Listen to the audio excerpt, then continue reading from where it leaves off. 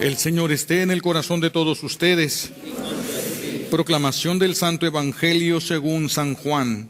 Gloria a ti.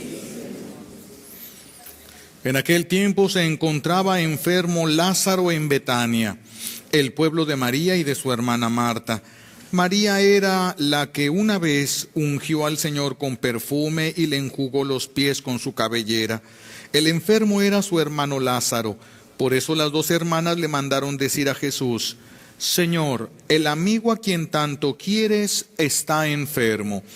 Al oír esto, Jesús dijo: esta enfermedad no acabará en la muerte, sino que servirá para la gloria de Dios, para que el Hijo de Dios sea glorificado por ella. Jesús amaba a Marta y a su hermana y a Lázaro. Sin embargo, cuando se enteró de que Lázaro estaba enfermo, se detuvo 2 días más en ese lugar en que se hallaba. Después dijo a sus discípulos: vayamos otra vez a Judea. Los discípulos le dijeron: Maestro, hace poco que los judíos querían apedrearte, ¿y tú vas a volver allá? Jesús les contestó: ¿acaso no tiene 12 horas el día? El que camina de día no tropieza porque ve la luz de este mundo. En cambio, el que camina de noche tropieza porque le falta la luz. Dicho esto, añadió: Lázaro, nuestro amigo, se ha dormido, pero yo voy ahora a despertarlo. Entonces le dijeron sus discípulos: Señor, si duerme es porque va a sanar. Jesús hablaba de la muerte, pero ellos creyeron que hablaba del sueño natural. Entonces Jesús les dijo abiertamente: Lázaro ha muerto, y me alegro por ustedes de no haber estado allí, para que crean. Ahora vamos allá. Entonces Tomás, por sobrenombre Gemelo, dijo a los demás discípulos: vayamos también nosotros para morir con él. Cuando llegó Jesús, Lázaro llevaba ya 4 días en el sepulcro. Betania quedaba cerca de Jerusalén, como a unos 2,5 kilómetros, y muchos judíos habían ido a ver a Marta y a María para consolarlas por la muerte de su hermano. Apenas oyó Marta que Jesús llegaba, salió a su encuentro, pero María se quedó en casa. Le dijo Marta a Jesús: Señor, si hubieras estado aquí, no habría muerto mi hermano. Pero aún ahora estoy segura de que Dios te concederá cuanto le pidas. Jesús le dijo: tu hermano resucitará. Marta respondió: ya sé que resucitará en la resurrección del último día. Jesús le dijo: yo soy la resurrección y la vida. El que cree en mí, aunque haya muerto, vivirá. Y todo aquel que está vivo y cree en mí, no morirá para siempre. ¿Crees tú esto? Ella le contestó: sí, Señor.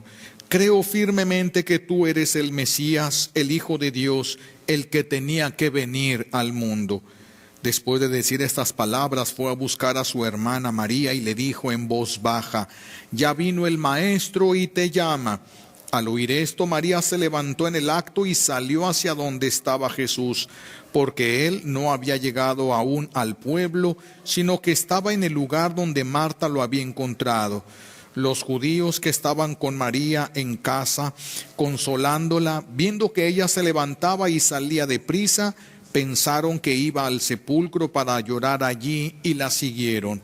Cuando llegó María donde estaba Jesús, al verlo se echó a sus pies y le dijo: Señor, si hubieras estado aquí, no habría muerto mi hermano. Jesús, al verla llorar y al ver llorar a los judíos que la acompañaban, se conmovió hasta lo más profundo y preguntó: ¿dónde lo han puesto? Le contestaron: ven, Señor, y lo verás. Jesús se puso a llorar y los judíos comentaban: de veras cuánto lo amaba. Algunos decían: ¿no podía este que abrió los ojos al ciego de nacimiento hacer que Lázaro no muriera? Jesús, profundamente conmovido todavía, se detuvo ante el sepulcro, que era una cueva sellada con una losa. Entonces dijo Jesús: quiten la losa. Pero Marta, la hermana del que había muerto, le replicó: Señor, ya huele mal, porque lleva 4 días. Jesús le dijo: ¿no te he dicho que si crees verás la gloria de Dios? Entonces quitaron la piedra. Jesús levantó los ojos a lo alto y dijo: Padre, te doy gracias porque me has escuchado. Yo ya sabía que tú siempre me escuchas, pero lo he dicho a causa de esta muchedumbre que me rodea, para que crean que tú me has enviado. Luego gritó con voz potente: Lázaro, sal de allí. Y salió el muerto, atados con vendas las manos y los pies y la cara envuelta en un sudario. Jesús les dijo: desátenlo para que pueda andar. Muchos de los judíos que habían ido a la casa de Marta y María, al ver lo que había hecho Jesús, creyeron en él. Palabra del Señor. Recibimos la bendición con la palabra de Dios. Padre, Hijo y Espíritu Santo. Siéntense, por favor. Gracias, Chaparro.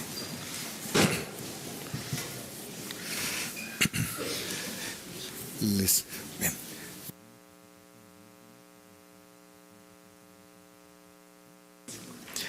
La palabra de Dios el día de hoy nos lleva a la resurrección de Lázaro. Nos lleva para meditar a la resurrección de Lázaro. Todo, claro, es muy largo este pasaje y podríamos pasar completo el día meditando y no terminaríamos. Por eso solamente voy a tomar 3 aspectos de esta resurrección que nos puedan ayudar en nuestra vida diaria. Solo 3 aspectos. Vamos a empezar como inicia este pasaje. Jesús recibe un mensaje. Jesús recibe un mensaje. ¿Cuál es el mensaje? Se lo mandan Marta y María. Señor, el amigo a quien tanto quieres está agonizando. Porque Jesús va a explicar, cuando le dicen tu amigo está enfermo, Jesús se queda 2 días más y en estos 2 días muere. Porque al tercer día Jesús les dice, vamos allá porque Lázaro ha muerto. Entonces ya estaba en agonía Lázaro, ya estaba en agonía. Uno se queda con la boca abierta ante la breve y perfecta intercesión de estas hermanas. Es lo primero que resalta en este gran milagro de la resurrección de Lázaro. Primero, esta brevísima oración de intercesión de las hermanas, de las hermanas de Lázaro. Fíjense los detalles, porque ustedes van a querer interceder por las personas que aman. Es importante que sepan cómo se hace y qué detalles hay que tener en cuenta. Primero, no le dan órdenes a Jesús. Porque hay gente que viene a interceder y le quiere leer toda la cartilla al Señor. Y le quiere decir qué es lo que quiere que haga y cómo quiere que lo haga. ¿Cómo? ¿Qué es lo que espera del Señor? No, ellas no le están dando órdenes a Jesús, ni siquiera le dicen qué es lo que tiene que hacer. Ni siquiera le dicen qué es lo que tiene que hacer. Hay gente que viene a interceder. Señor, mira, a mi abuelita cómprale unos guaraches, a mi hermanita compra, que pueda comprar esto, y diciendo qué es lo que quiere Dios que haga, como si Dios no supiera qué necesidades tienen las personas, como si Dios no amara, como diciéndole a Dios, yo que sí lo amo, porque como tú no lo amas te tengo que estar pidiendo que le des. ¿Cómo es posible una oración de esta manera que se le estemos dirigiendo a Dios? Por eso es tan importante y quise detenernos en esta primera intercesión de estas mujeres que hacen por Lázaro. Este es un momento de absoluta confianza porque dejan a Lázaro en las manos de Jesús, a quien ella sabe que Jesús ama. Ellas saben, Jesús amaba a Lázaro y Lázaro lo amaba a Jesús santamente, porque ahorita ya hay cada cosa que ahora tenemos que aclarar. Jesús amaba a Lázaro santamente y Lázaro lo amaba a Jesús santamente. Estas mujeres juntan 2 elementos importantes en la intercesión. La necesidad, están expresando la necesidad. Tu amigo está enfermo, está agonizando, pero también la confianza. Le dejan a Jesús en libertad de decidir qué es lo que va a hacer, y completa libertad. De hecho, Jesús no regresa y se muere. ¿Estaban resentidas ellas? Ninguna de las dos estaba resentida. Por lo tanto, fue una auténtica oración lo que hicieron ellas. Fueron sinceras estas dos hermanas. No le ordenaron ni le exigieron a Jesús que hiciera cosas. Simple y sencillamente le dijeron: el amigo a quien tú amas está enfermo. Lázaro era santamente amado con alegría por Jesús, porque Jesús lo amaba, pero con alegría. Una mamá ama a todos sus hijos, menos al último. No es cierto. Una mamá ama a todos sus hijos, pero si un hijo es alcohólico, si un hijo es drogadicto, si un hijo es violento, también lo ama, pero con dolor. A ese lo ama, pero le duele, le duele. En cambio, al hijo que es obediente y que está cerca de ellos, del papá y de la mamá, a ese se le ama con alegría. Jesús también nos ama a todos nosotros. A Lázaro lo amaba con alegría, sí, pero las cosas cambian cuando nosotros vamos a interceder, no por alguien a quien Jesús ama y esa persona le corresponde a Jesús. Que si nosotros fuéramos a interceder por alguien, sería como lo hizo Marta y María. Señor, si ustedes van a interceder por una persona que aman, esta persona que tú amas y que te ama a ti está enferma. Así de fácil, un puño de palabras nada más es suficiente. Jesús las escucha, las entiende, pero no va a actuar sino de acuerdo a los planes de Dios el Señor. Entonces, cuando nosotros vamos a interceder por alguien que es amado por Dios, pero que no le corresponde, ya cambia. Ya cambia, porque imagínense intercediendo por un hijo, la mamá: Señor, yo quiero pedirte que a mi hijo lo bendigas. Yo sé que te desprecia, yo sé que te abofetea, yo sé que no te quiere, yo sé que no cree en ti, pero a ti no te importe eso. Tú bendícelo, dale prosperidad, quítale los vicios. Vean la oración. O sea, ella le está diciendo a Dios: a mí lo que tú traes y sientes no me importa, solo mi hijo me importa. Y se siente intercesora. Piensa que está intercediendo, si ni siquiera está tomando en cuenta a Dios, más que para tratar de exprimirle algún milagrito que se le pueda caer por ahí al Señor. Eso no es intercesión. Por eso se nos presenta hoy el modelo de la intercesión. Ahora, esto de aquí tenemos que sacar una conclusión. Qué importante es que ustedes acerquen a sus hijos a Dios, porque el día en que sus hijos cometan un error grave, estén en un peligro fuerte, caigan en una enfermedad peligrosa, ustedes, si lo acercaron a Dios, podrán decirle a Jesús: Señor, este hijo tuyo y mío, que tanto amas y que tanto te ama a ti, está en este peligro. Pero si no conoce este niño a Dios, no podrás decirle: este hijo tuyo que tanto amas, y no vas a poder decirle: y que tanto te ama a ti. Ya no queda la intercesión completa. Ya no queda. Vean qué importante es que acerquen ustedes a sus hijos a Dios. Qué importante es que los acerquen para que conozcan a Dios y lo amen. Eso favorece que la intercesión de ustedes sea más sencilla y más eficaz. De otra manera, se complican todas las cosas en el momento de la intercesión. Pero no nos podemos quedar, vamos a dar un tremendo brinco en esto, porque no nos podemos quedar ahí. Vamos a ver la agonía de Lázaro. ¿Por qué la Biblia no trae más detalles sobre la agonía de Lázaro? Porque sucedió en el tiempo, está escrito este evangelio, en el tiempo en el que todos conocían a Lázaro. Lázaro era muy famoso. Lázaro era un hombre muy rico, tenía muchos favores de los romanos, tenía muchos favores de los fariseos, era un hombre muy importante, así de que todos supieron de su enfermedad, todos supieron de su agonía. Entonces no hace falta poner detalles, pero nosotros sí los ocupamos. 2000 años después de la venida de él, sí ocupamos algunos detalles para comprender algunas cosas como son. Necesitamos algunos detalles, vamos a verlos. Lázaro se enferma.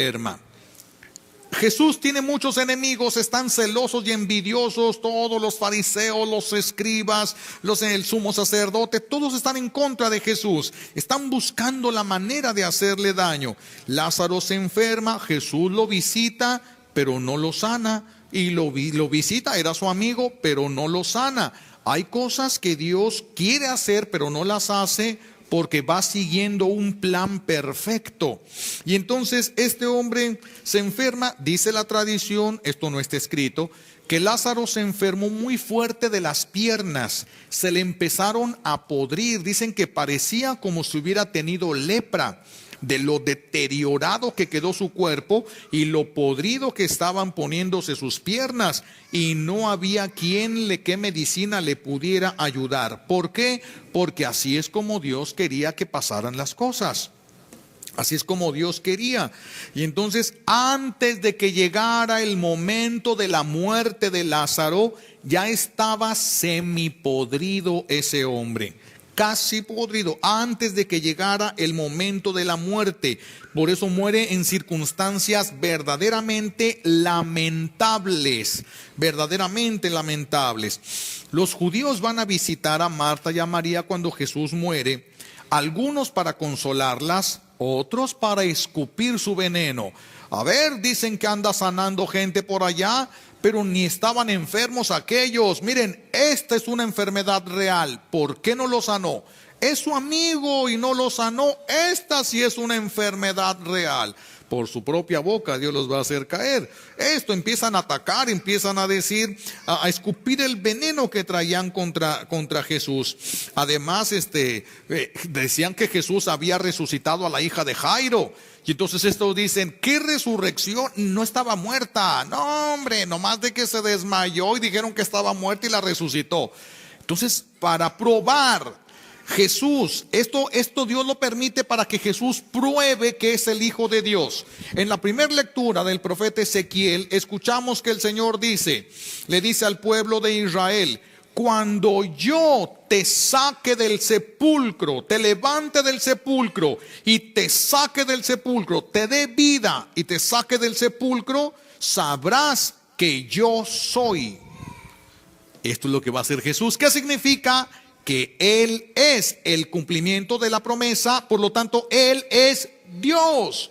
Cuando te levante de tu sepulcro y te saque de tu sepulcro, pueblo mío, vas a entender y vas a saber que soy yo el que estoy ahí. Esto es lo que va a hacer Jesús. Pero Jesús quiere que no quede ninguna duda. Ninguna duda, como ahorita tienen tantas dudas mucha gente. Cuando Jesús llega y dice exorcizó a una persona, y muchos dicen, no hombre, era epilepsia, no estaba enferma, no tenía un demonio, porque no estaban ahí. Por eso Jesús, esta muerte quiere que quede clarísimo que fue real, clarísimo, clarísimo. Cuando Jesús llega, curiosamente, nadie espera que Jesús resucite a Lázaro. Nadie. Jesús aumenta el problema. Imagínense, Lázaro con una agonía larga, Lázaro pudriéndose casi en vida, Lázaro muere. Lo velan y van y lo sepultan. ¿Qué hace Jesús? Se tarda 4 días, que dure 4 días en el sepulcro. Porque si Jesús hubiera llegado como con la hija de Jairo, hubieran dicho, nomás se ve desmayado. Nomás de que le dio un paro cardíaco y después ya pues regresó porque el corazón le volvió a funcionar. Para que no hubiera dudas, 4 días en el sepulcro. Mis hijos, si él no estaba muerto, ahí se muere. 4 días sin tomar agua, 4 días sin comer, 4 días en el sepulcro, se muere. Si no estuviera muerto, ahí se hubiera muerto ya. 4 días sin nada, ningún cuerpo humano lo soporta. ¿Quién puede aguantar 3 días sin tomar agua? Ni 3, menos 4 días sin tomar agua. Pues entonces Jesús tarda 4 días en llegar. 4 días, la tumba está en el desierto. Ahora imagínense cómo estaba todo aquello, ¿verdad? Sin ninguna preparación como la que ahora se le dan a las personas cuando mueren. Por eso cuando dice Jesús, retiren la losa, le dice Marta, la hermana de Lázaro, ya huele mal. Si ya lo vimos cómo iba desde que se murió. Ya el cuerpo entró en un proceso de descomposición, ya se va a ver reventado, ya va a estar aquello apestando tremendo, tremendo. Entonces dice, ya no abras ahí, ya no vas a poder entrar a verlo, ya no es tiempo, ya está pudriéndose él ahí.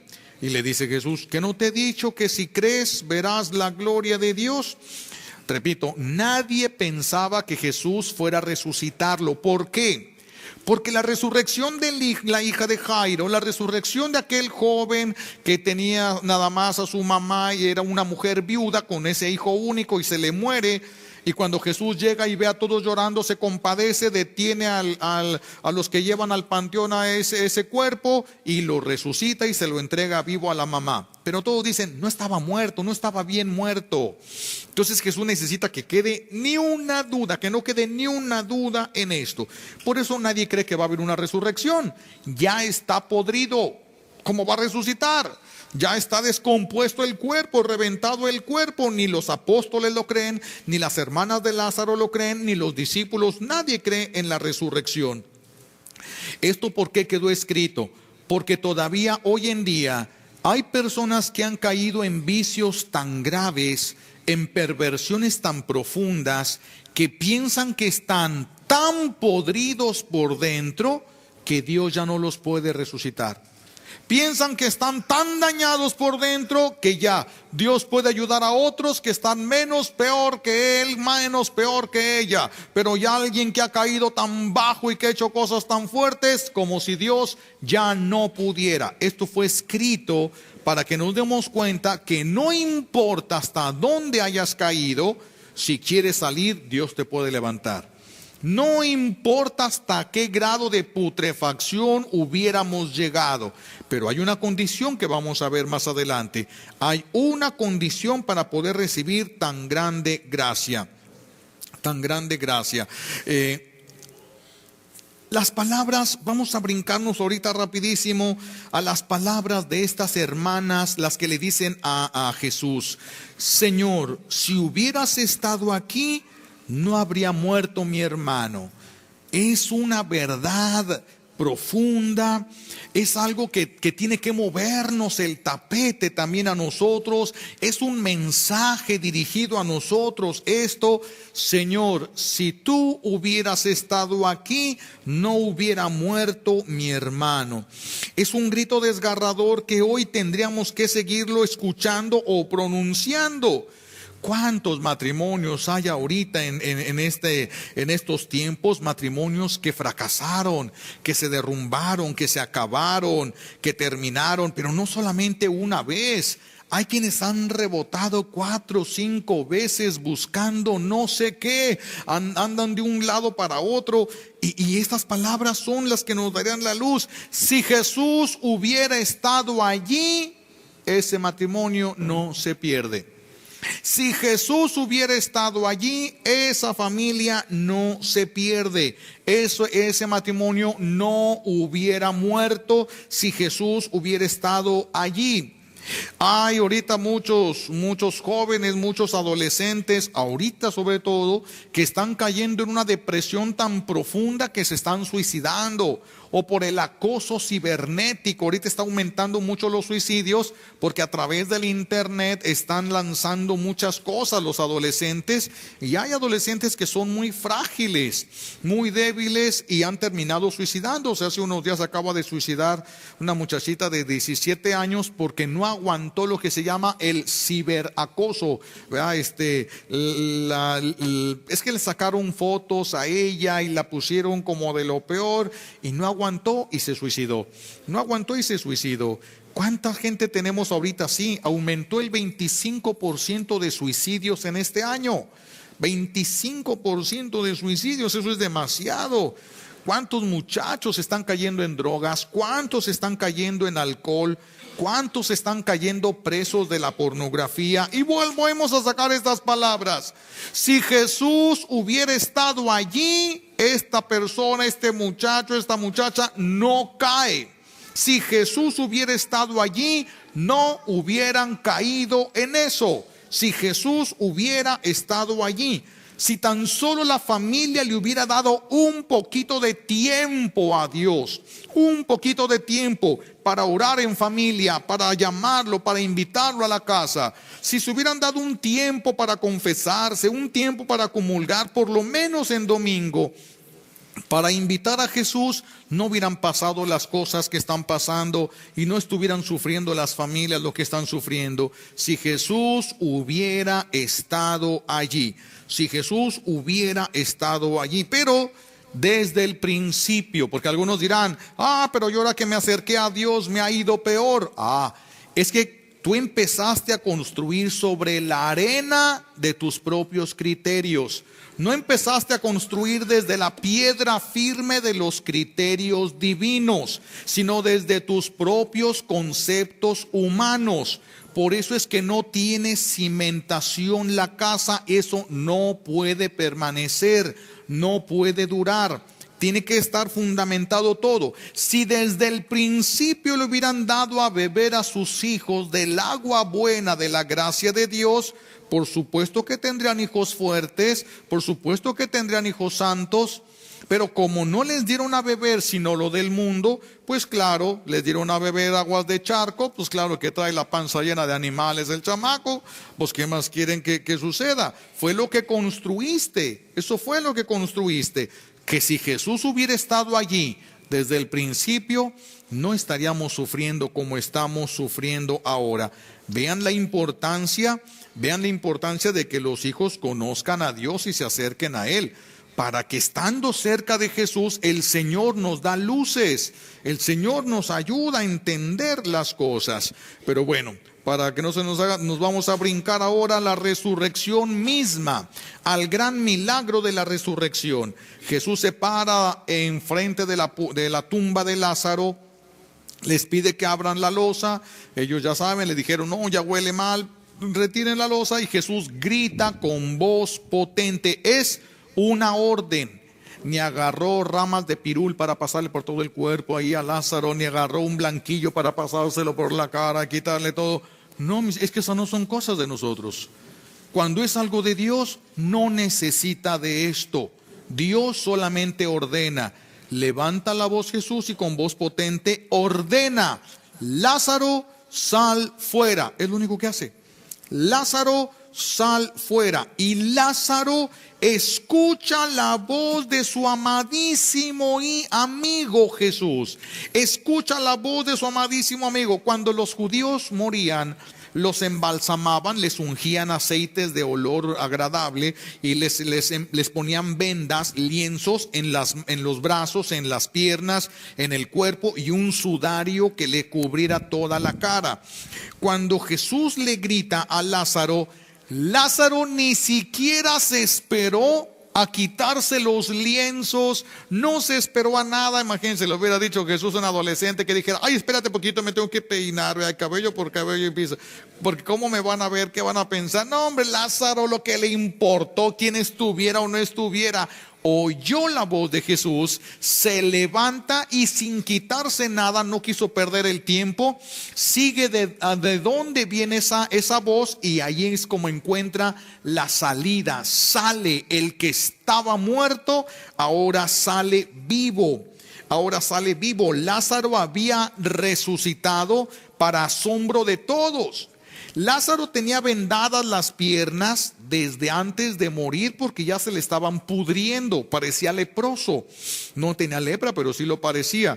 Entonces tenía las piernas vendadas. Cuando muere, por supuesto que le ponen otras vendas y lo sepultan. Entonces cuando sale, Jesús dice, quítenle las vendas. Primero, no tenía que estar caminando.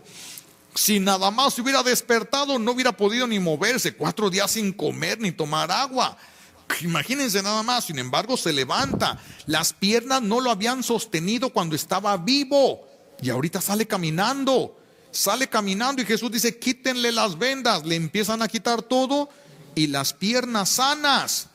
Las piernas sanas, porque ahora podía estar. Esto es una prueba irrefutable. ¿Quién más puede decir no es cierto? Todos vieron la agonía de Lázaro, todos vieron la muerte de Lázaro, 4 días en el sepulcro. ¿Quién puede decir Lázaro no estaba muerto? Nadie, absolutamente nadie. Como los que dicen, Jesús no murió, se despertó, se salió y se fue a Cachimira. Un crucificado de las manos y los pies, moviendo una piedra que se necesitaban 4 hombres para moverla. Es que hay gente de plano, hay algunos que les falta un tornillo, pero otros que no tienen nada en la cabeza. Por eso no ocupan tornillos, no hay nada que sostener allá adentro, es un vacío como en el espacio, nada absolutamente. Esta es una prueba irrefutable, es una prueba, por eso muchos van a creer. A nosotros nos llegó ese testimonio. ¿Y cómo sabemos que es verdad esto y que no es un cuentito? Porque los que estaban allí eran enemigos, no amigos. Si hubiéramos dicho, estaba lleno de amigos, pues a lo mejor dijeron, vamos a ponernos de acuerdo, hay que decir esto para buena onda con Jesús. Los que estaban allí eran enemigos y se convirtieron los enemigos. Quiere decir que esto no es ningún cuentito. ¿Qué es lo que van a hacer los judíos, los encargados del templo? ¿Qué es lo que piensan cuando ven esta poderosa resurrección? ¿Qué es lo que ven cuando se empieza a convertir muchos judíos para seguir a Jesús por la resurrección de Lázaro? Tenemos que hacer algo, dicen. ¿Qué? Pues hay que matar a Lázaro primero y luego a Jesús, porque si no, todos van a creer en él. Todos lo van a seguir. Esa es la decisión que ellos toman. Aquí está la prueba que Dios habló desde el profeta Ezequiel. Aquí está la prueba irrefutable. Cuando los saque de su sepulcro, pueblo mío, los levante de su sepulcro, los saque de su sepulcro, sepan que soy yo. Aquí está la prueba de que Él es Dios. Aquí está la prueba de la divinidad de Cristo. Esto es un milagro que nadie puede hacer, ni el infierno. El infierno puede hacer muchas cosas. Si una persona, hay técnicas para detener el palpitar del corazón casi a cero. Hay personas que podrían fingirse muertas. Hay personas que sí, espiritualmente hablando, se les podría retener el ritmo cardíaco y después volverlo a activar a nivel espiritual. Sí se puede, sí se puede. Pero que una persona ya esté podrida, no puede. El diablo no puede. Satanás lo que podría hacer es poseer un cuerpo de esos y a través del espíritu que lo posee, que se levante, pero sigue muerto. Sigue muerto, esa cosa seguirá muerta. Es lo que nosotros ahorita, tantas películas que se están viendo ahorita que de zombies, es lo único que puede hacer el enemigo. Pero una resurrección, regresarle la vida al que la había perdido y recuperarle la carne muerta, rehacérsela viva en un solo ratito, son muchos milagros. Una sola orden de Jesús y vean cuántos milagros. Y vean cuántos milagros. Vean nada más, esto es verdaderamente espectacular. El Señor le llama y este hombre quiere responderle al Señor. Esta es la prueba máxima que nosotros vamos a tener de la divinidad de Cristo. Resucita a Lázaro con su poder y con su poder se resucita a sí mismo. ¿Quién ha hecho eso? El más grande escapista que hubo en el mundo, no me acuerdo cómo se llamaba, que dijo él que él era capaz de escapar y se escapaba de todos lados. Y dijo él, el día que me muera, me le voy a escapar a la muerte. Hace más de 300 años que lo dijo y todavía le de andar buscando por ahí. El más grande escapista que ha habido en la tierra, el más grande, pues eso es. Vean aquí lo importante que es escuchar la voz del Señor y amarlo para poder hacerle caso. Miren, cuando Jesús iba caminando sobre el mar y se acerca a los apóstoles que iban en la lancha, en la barca, y los apóstoles lo ven y se espantan y Jesús les grita, hey, calmados, soy yo. Entonces Pedro le dice, si eres tú, ordéname que yo camine sobre el mar hacia ti. Y Jesús que dijo, Pedro, ven. Cuando Jesús le ordena a Pedro que venga a él, le da las facultades que necesita para llegar a él. Él se lo ordenó, él le da lo que Pedro necesite, porque él se lo ordenó. ¿Los seres humanos pueden caminar sobre el agua? No, ni los anoréxicos pueden caminar sobre el agua. Nadie puede caminar.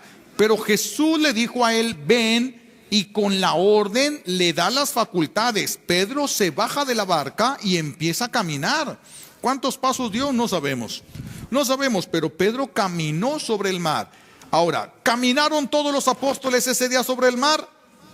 Solamente el que le dijo, Señor, ordéname que vaya hacia ti. Entonces, esto es bien importante para nosotros, porque nosotros tenemos que decirle a Jesús, Señor, ordéname salir del pecado. Pero para que Él me ordene salir del pecado, esto no es para los muertos, sino para los vivos, es diferente. Yo primero tengo que querer dejar el pecado. Si yo quiero dejar el pecado, Yo quiero y Dios quiere que lo deje. Si se unen estas dos fuerzas, se logra. Dios quiere y yo no quiero, no se puede. Yo quiero y Dios no quiere, no se logra nada. Dios quiere y yo quiero, se va a lograr. Cuando yo quiero y Dios quiere. Entonces, si yo tengo un pecado, alcoholismo, hay ahorita tanto alcohólico, ¿no? En mi casa, pues desde chiquito nos llorábamos todos, coñac, bueno. Entonces tengo el problema del alcoholismo, pero yo quiero salir. Entonces yo le puedo decir a Jesús: Señor, ordéname que salga del alcoholismo, ordénamelo. Yo quiero, pero no puedo. Ya lo intenté, ya hice todo lo humanamente posible. Yo no puedo salir de esto. Pero si tú me ordenas que salga y yo quiero, si tú me lo ordenas, me vas a dar los medios para salir del pecado. Porque si yo soy alcohólico y le digo: Señor, ordéname que deje esto, pero yo no quiero, y Jesús me dice: Carlos, sal del alcoholismo, pues decirle: ahorita mira, nomás me acabo estas y vemos. Pues no quiero. O sea, él ya me dio la posibilidad, pero yo no quiero. No se va a dar. Tengo que querer yo dejar el pecado. Tiene que querer sacarme de ahí. Y en el momento en el que Él me dé la orden, me da las facultades para salir de allí. Me da las facultades. Pero si yo no quiero, a nadie saca Dios del pecado a fuerza. Absolutamente a nadie. El que quiera el pecado tendrá pecado. El que le guste el chiquero, en el chiquero vivirá. Nadie va a sacar el Señor a fuerza, jamás. Tú tienes que querer salir. Y cuando tú hagas el esfuerzo y de plano ya hiciste lo humanamente posible y no puedes, todavía te queda una posibilidad: el amor y la fidelidad de Dios. Eso es lo que te queda. Pero tuya es el esfuerzo y el esfuerzo y el esfuerzo por salir. No vas a salir. Hay cosas de las que ya no podemos salir. Por más que te revuelques y hagas, hay cosas de las que ya no puedes salir.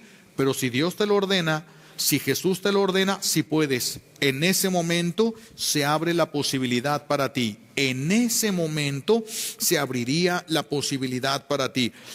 Por eso es importante. Imagínense ahora que tú le digas a Jesús: tienes un hijo alcohólico, tienes un hijo en drogas, tienes un hijo en pornografía, inmerso en eso. Entonces: Señor, ordénale a mi hijo que salga de ahí. Y el Señor le dice a tu hijo: oye, sal de ahí. Y tu hijo: no, pues ¿por qué? ¿Quién eres tú? Ya no tiene efecto, porque Dios respeta la libertad humana. Si ustedes no los acercaron a Dios, ustedes son los verdugos. Ustedes son la causa de la condenación de sus hijos. Ustedes son los que van a haber hecho eso. Toda la putrefacción en la que van a caer sus hijos viene de los errores que ustedes hayan cometido. Claro, llega un momento en el que ya los hijos tienen cierta conciencia, libertad y ya son responsables de sí mismos, por supuesto. Pero si todo hubiera nacido desde las bases de Jesús, desde el principio, otra cosa sería: si ustedes, a los que ustedes dicen que aman, no los acercan a Jesús, para que cuando Jesús les ordene, porque Jesús lo dice muy claro: mis ovejas escuchan mi voz, mis ovejas me conocen y yo conozco a mis ovejas me siguen. Si tu hijo no es de los que siguen a Jesús, ¿cómo lo saca de donde está cayendo? ¿Cómo lo va a sacar? No hay posibilidades. Si la persona no quiere salir, Dios no lo va a forzar. Sí puede. No quiere forzar la libertad que Él mismo nos ha dado. Vean lo peligroso que es que ustedes permitan a sus hijos que se separen de Dios. Vean lo peligroso que es que agarren a su familia y se larguen en Semana Santa para irse a una fiesta, para irse a unas playas. Qué peligroso es.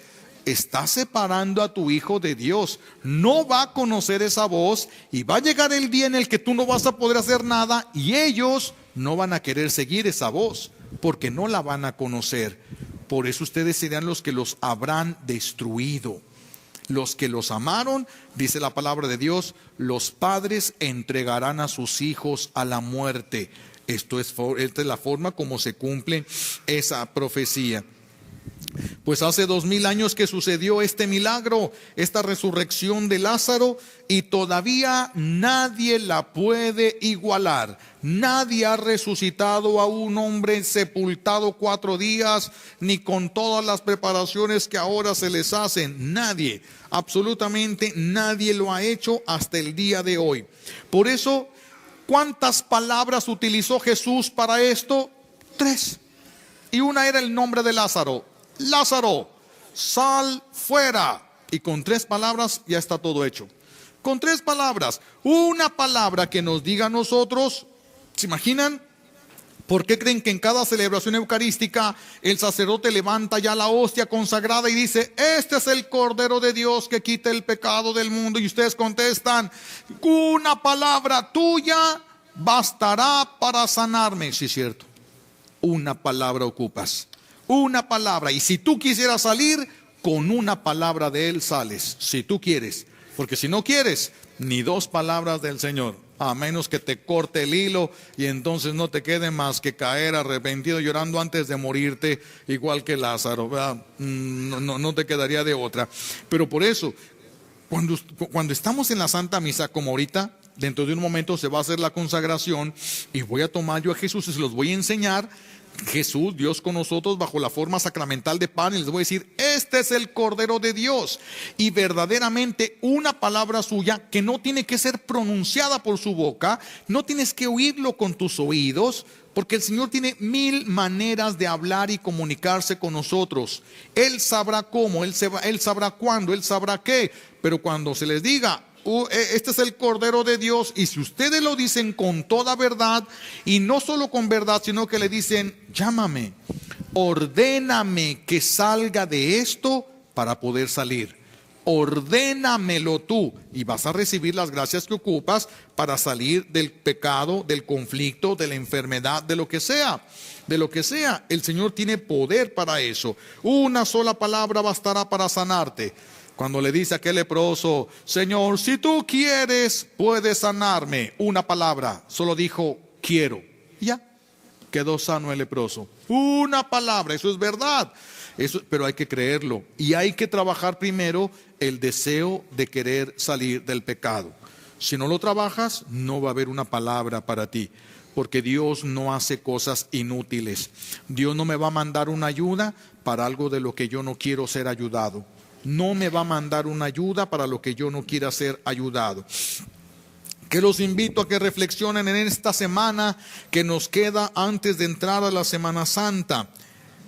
Díganme, en tu familia, ¿quién de tu familia, si se enferma, tú podrías pararte en el templo y decirle a Jesús: Señor, tu hijo, al que tú tanto amas y él te ama, está enfermo? ¿Quién de tu familia podríamos decir eso? ¿De quién? Piénsenle, porque si no han echado a perder todo, porque para eso era la vida. Para eso era la vida, no para tener casas y carros y dinero. ¿Qué te vas a llevar? ¿Cuántas tierras te vas a llevar cuando te mueras? Nomás la de las uñas, mis hijos, es lo único que te vas a llevar. Todo lo demás, el que más tenga, más trabajo le va a costar morir, porque para dejar todo lo que tiene, el que tenga miles y miles y miles, ay, lo que tú vas a dejar. Uno que no tiene más que lo que trae puesto, pues ¿qué te puede doler eso, verdad? ¿Quién? Imagínense que hoy te dijéramos una misa de sanación, y entonces yo levanto las manos y digo: Señor, este hijo tuyo, esta hija tuya, que tú tanto amas y que te ama a ti, necesita esa sanación para seguirte. ¿Quién podríamos, sobre quién de aquí podría yo decir: esta persona que tú amas y que te ama? Aquí, ¿cuántas personas llegarían a sanar si impusiéramos las manos para decir esto? Porque sanarían, pero ¿cuántas personas podrían sanar? ¿Cuántas personas? ¿Quiénes tendrían la fe? ¿Quiénes saldrían? Señor, este hijo tuyo quiere salir del pecado. Este hijo tuyo al que tú amas y te ama, pero pues ayúdalo para que pueda amarte más. Si hay disposición, ahí está una autoridad sacerdotal, se puede dar la gracia. Pero ¿quién quiere dejar el pecado? ¿Quién quiere dejar el mal? ¿Quién quiere dejar? Solamente ellos podrían salir. Solamente los que no quisieran, Dios les respeta. Pecadores son y pecadores morirán, como dijo Jesús: morirán en su pecado y recibirán lo que bien merecen. Y nada más, lo que bien merecen. Entonces, algo que también os invito a pensar. ¿Crees que a ti te quiera Dios dar vida? ¿Crees que Dios a ti te quiera dar vida verdadera? Porque si tú crees, se lo vas a poder pedir. ¿Crees que Dios te quiera sanar? ¿Crees que Dios te quiera sacar de la situación en la que te encuentras de pecado o de vicio o de dolor? ¿Crees que Dios quiera sacarte de allí? Porque si tú crees, las cosas se pueden dar. Si tú crees y quieres, las cosas se pueden dar. Por supuesto que se puede dar, pero hay quienes no creen. Hay quienes dicen, sí, Dios hace milagros, pero a mí nunca me va a hacer, como el de la lotería. Yo nunca me saco la lotería. ¿Para qué compro un boleto si yo nunca me saco la lotería? Algunos también dicen, ¿yo para qué le pido a Dios? Nunca me hace caso. Nunca, no, tú eres el que no le haces caso, porque Dios es el que sigue amando. Nosotros somos los que hemos perdido la capacidad de amar. Entonces, esta semana pidan la gracia de querer dejar el pecado. Empezar por ahí, el pecado que no quieres dejar, pide la gracia de querer dejarlo, a fin de que la voluntad de Dios que quiere sacarte se una con la tuya para que se pueda realizar, porque no te va a sacar si no quieres. Entonces esta semana, ¿qué pecados no has podido salir? ¿Qué falta no has podido dejar? Pídele que te dé la gracia de querer salir del pecado. Dile, sácame de la tumba como a Lázaro, sácame de la tumba. Una sola palabra suya es lo que nosotros necesitamos. Una sola palabra y quedaríamos sanos. Una sola palabra y nos santifica. Una sola palabra, mis hijos, una sola palabra. Y nos podría sacar de la tumba en la que hemos caído. Trabajen esto esta semana. Solo nos queda esta semana y no vayan a utilizar Semana Santa para irse de paseo. Nadie se va a las playas cuando su madre se está muriendo, a menos que no le importe su madre. Entonces sí se pone en las playas y no le importa ni nada. Pero si a ti te interesa un poquito el esfuerzo divino por salvarte, respeta la semana. Es Semana Santa, no es semana de vacaciones, es Semana Santa para santificarse. ¿Quién se va a ir a santificar unas playas? ¿Quién va a ir a santificarse unas playas? No se puede. Esta es una Semana Santa, es para buscar la santidad, para buscar dejar el pecado, para que terminemos más cerca del resucitado, para que nos resucite también a nosotros. Le pedimos a Dios Padre las gracias que necesitamos por los méritos de Jesucristo en la cruz y por la poderosa intercesión de la Santísima Virgen María al pie de la cruz. Alabado sea Jesucristo.